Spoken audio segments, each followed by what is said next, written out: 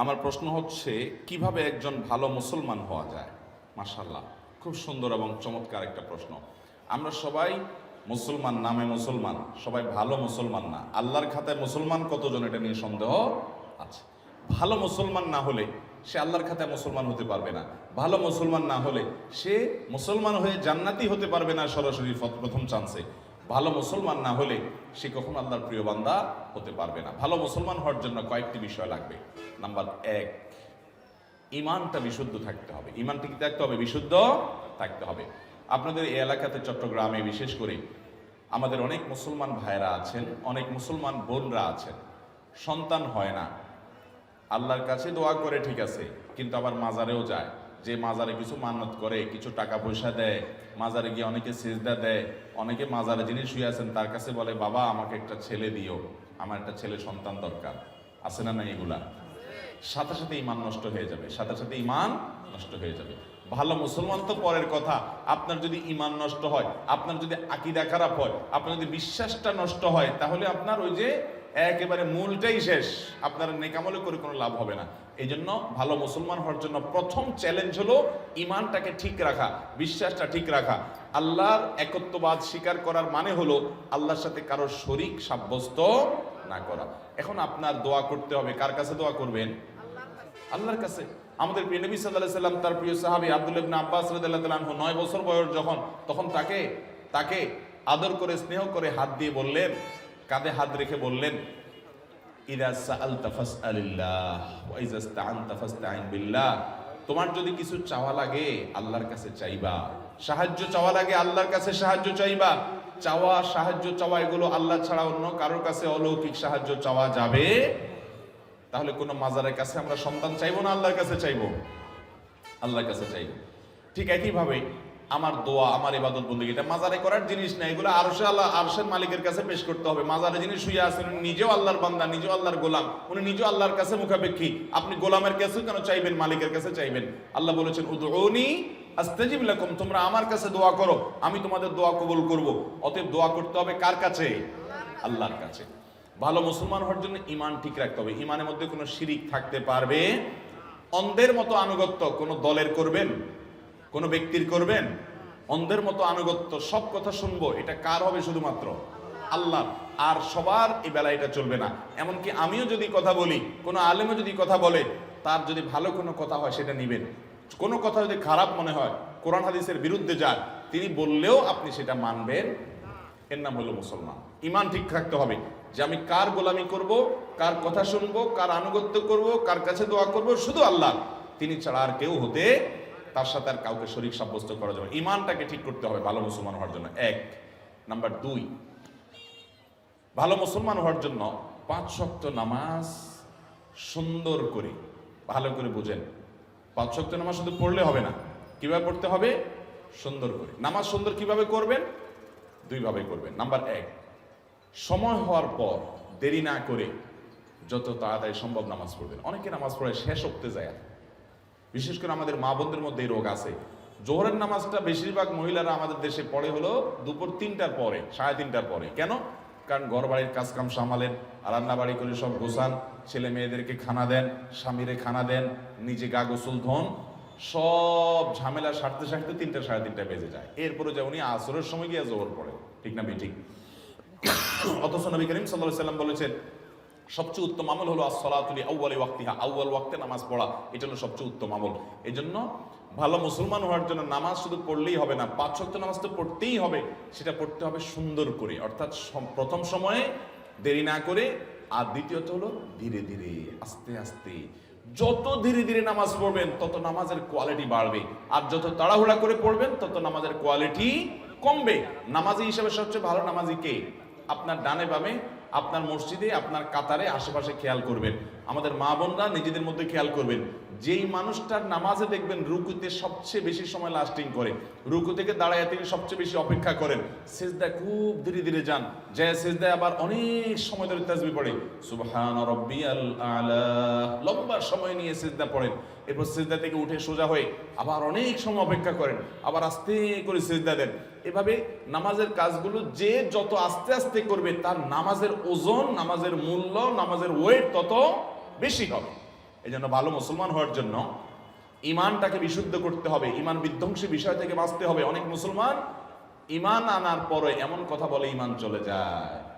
আল্লাহর আইনের বিরুদ্ধে, আল্লাহর বিধানের বিরুদ্ধে যদি কেউ বলে, সেটা আমার পছন্দের দলও যদি বলে, মানা যাবে? ইমান চলে যাবে, সোজা কথা। তাগুতকে যদি আপনি বন্ধু বানান, ইমান চলে যাবে। অতএব ইমান ঠিক করতে হবে, এক। 2 নম্বর হলো নামাজ ঠিক করতে হবে। ভালো মুসলমান হলে কি করতে হবে? নামাজ ঠিক করা মানে 2টা বলেছি, এক হলো সময় মতো পড়বেন দেরি না করে, আর দ্বিতীয়ত হলো ধীরে স্থিরতার সাথে পড়বেন। ঠিক করবেন তো ইনশাআল্লাহ? আচ্ছা, 3 নম্বর কাজ হলো ভালো মুসলমান হওয়ার জন্য উপার্জন থাকতে হবে হালাল। উপার্জন কি থাকতে হবে? হালাল। আমাদের মা বোনরা আছেন এখানে, আপনাদেরকে বলছি, আপনারা আপনাদের স্বামীদেরকে, বাবাদেরকে, সন্তানদেরকে উৎসাহ দিবেন। আপনারা যদি সঠিক হয়ে যান তাহলে আল্লাহর জমিনে সব সোজা হয়ে যাবে।